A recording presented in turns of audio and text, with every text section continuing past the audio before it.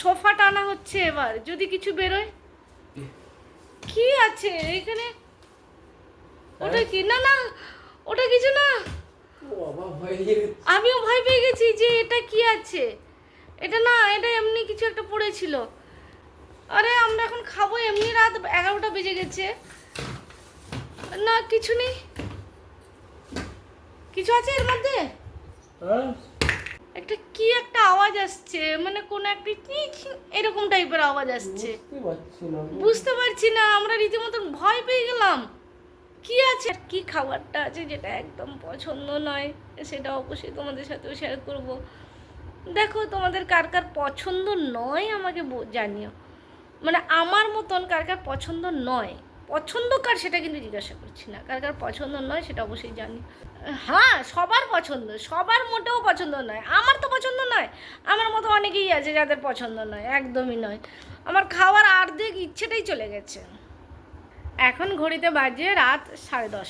10:30টার সময় খেতে বসবো। অলরেডি চোখ ঘুমে ঢুলঢুলু করছে, যদিও বা রাত্রিবেলা খেয়ে ঘুমানো উচিত নয়, খেয়ে একটুখানি হেঁটে তারপরে ঘুমানো উচিত। বিশেষ করে যদি আমরা কোনো কিছু হেভি খাবার খাই তাহলে একটুখানি মানে খাওয়ার পরে একটু টাইম নিয়ে তারপরে ঘুমাতে হয়। কিন্তু আমার ক্ষেত্রে আর হবে বলে মনে হয় না, কারণ এখন 10:30 বেজে গেছে, এখনও কিছু খেতে বসিনি। আর ওদিকে ও কিছু বানানোর জন্য, ওই যে আওয়াজটা হচ্ছে, ও কিছু বানাবে। কিছু বানাবে বলতে আমি বলেই দিই, ও রায়তা বানাবে। পেঁয়াজ দই দিয়ে ও নিজেই রায়তা বানায়, আমি বানাইও না, খাই। কিন্তু আজকে যে খাবারটা হয়েছে ওটা আমার একদমই পছন্দ নয়, তাই খিদেটাও পাচ্ছে না। যেহেতু খাওয়ার পছন্দ না হলে না খেতে ইচ্ছে করে না, পছন্দ হলে তো ঠিক আছে খেয়ে নিলাম, বেশ মানে খিদেটা যেন 10 গুণ বেড়ে যায়, যে হ্যাঁ এবার খেতে হবে, এবার খাবারটা আসবে, পাও কি মজাদার খাবার হয়েছে। কিন্তু আজকের খাবারটা সত্যিকারের যেহেতু আমার একটু ইচ্ছে নেই, বাধ্য হয়ে বানিয়েছি, তো ওই জন্য খাওয়ার ইচ্ছেটাও নেই, সেই জন্য খালি চোখটা মানে ঘুমে ঢুলুঢুলু করছে এরকম, যেহেতু ইচ্ছে নেই খেতে।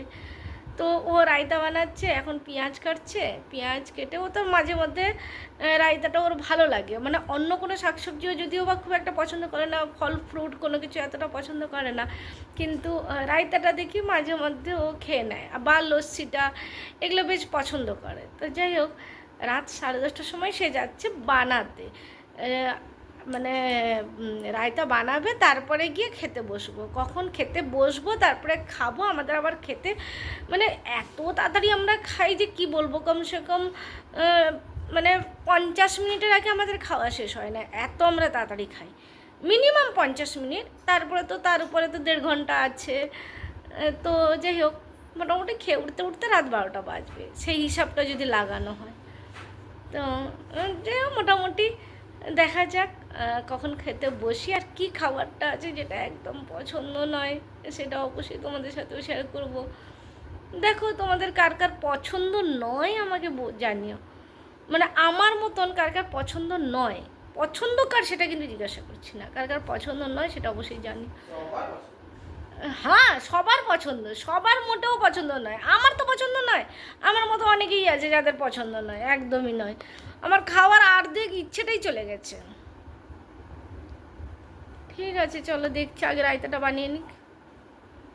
এই যে পেঁয়াজ কাটছে, তো দইও একটুখানি বেঁচেছে, এইটুকু দই দেখা যাচ্ছে যেটা, ততটাই দই বেঁচেছে।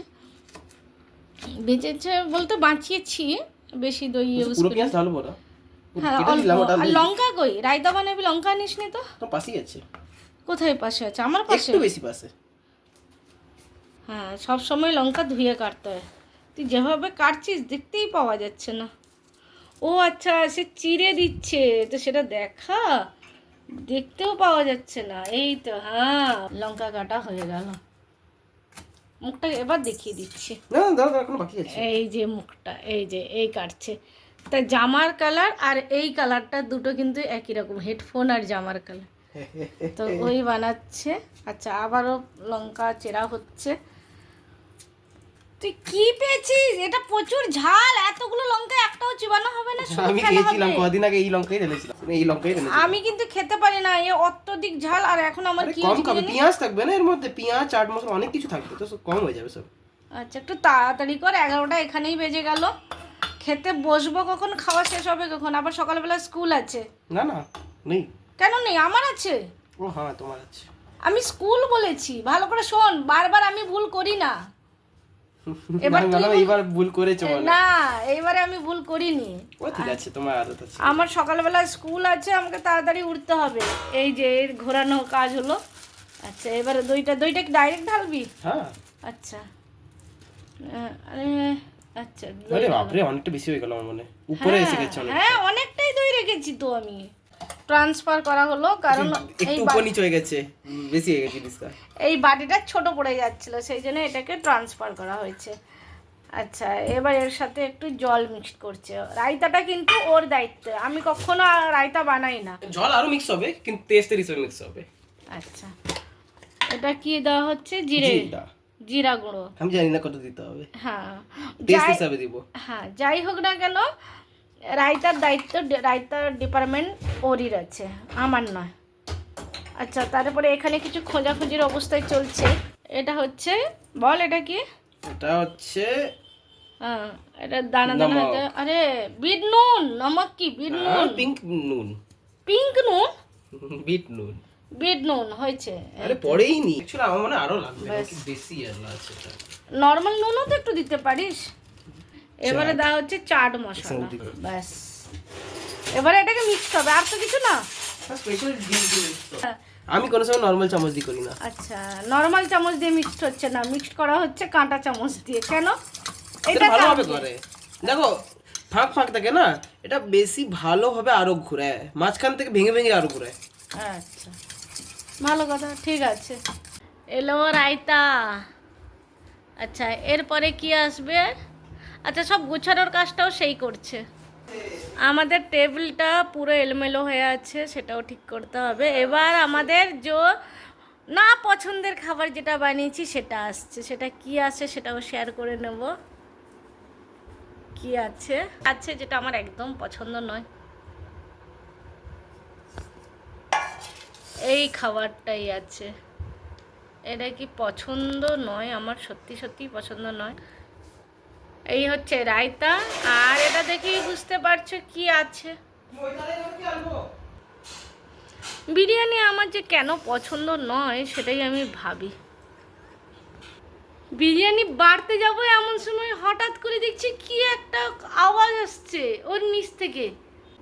কি একটা আওয়াজ আসছে, মানে কোন একটা এরকম টাইপের আওয়াজ আসছে।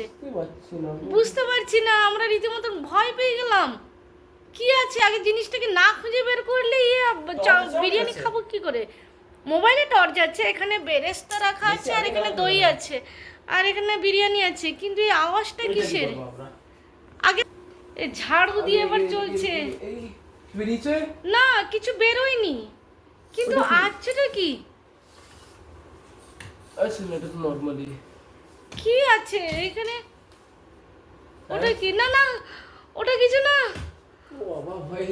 আমিও ভয় পেয়ে গেছি যে এটা কি আছে।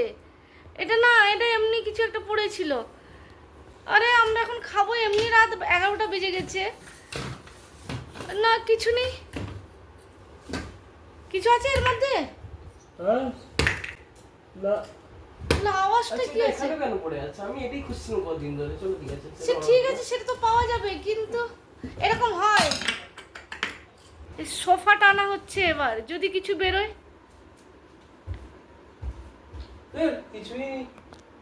কিছুই নেই। দেখো এখন আমরা এমনি পায়ের আওয়াজ হবে, এমনি অনেক সময় হালকা কিছু একটা আওয়াজ। আরে না, তুই এখানে ছিলি না, তখন আমি আওয়াজ পাচ্ছিলাম। গোটা সোফাও সরানো হচ্ছে। বাইরে থেকে এসে হতে পারে। বাইরের থেকে নয়, হতে পারে না বাইরের থেকে। এর নিচে নেই, এই সোফার নিচে নেই। এটা আমরা মেরে দেখলাম। আরে আমরা খেতে বসবো, এখানে বসে খেতে বসবো, কিছু আছে কিনা সোফার নিচে দেখা হচ্ছে। নোংরা হোক, ও সোফার নিচেরটা পরিষ্কার হয়ে গেল, কিন্তু কথা হচ্ছে যে কি আমরা কি ভরসায় খেতে বসবো সেটাই বুঝতে পারছি না। তুই ওইদিকে বস। হ্যাঁ, তুই বস আগে, আমি আগে দেখি। হ্যাঁ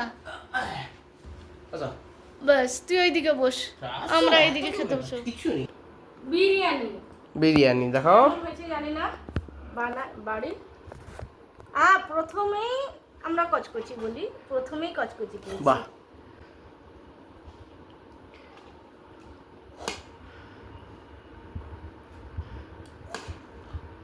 কেমন হয়েছে এবার বল?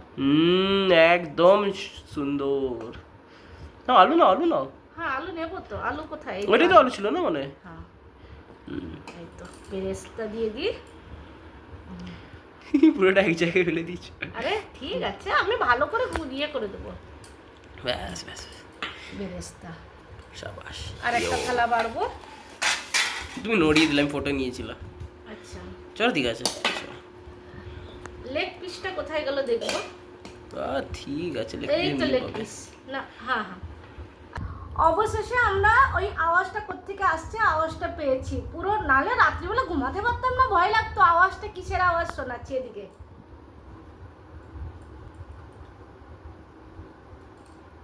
আওয়াজ করছে না তোর? চলো, হয়ে গেছে, গ্যাস ঢুকে গেছে ভেতরে। যেহেতু আমরা দুজনেই থাকি একা একা, তো হঠাৎ করে আওয়াজটা পাওয়াতে এতটাই ভয় পেয়ে গেছিলাম যে আমরা সেই মুহূর্তে আওয়াজটা আইডেন্টিফাই করতে পারিনি।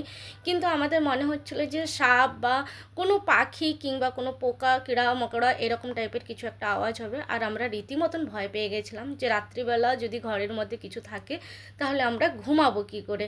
তো আর নর্মালি আমাদের ঘরের মধ্যে অনেক সময় আমরা হুটহাট করে দেখেছি পাখি ঢুকে গেছে, পাখি থাকছে বা পাখি ডিম দিচ্ছে, তোমাদের সাথেও শেয়ার করেছি।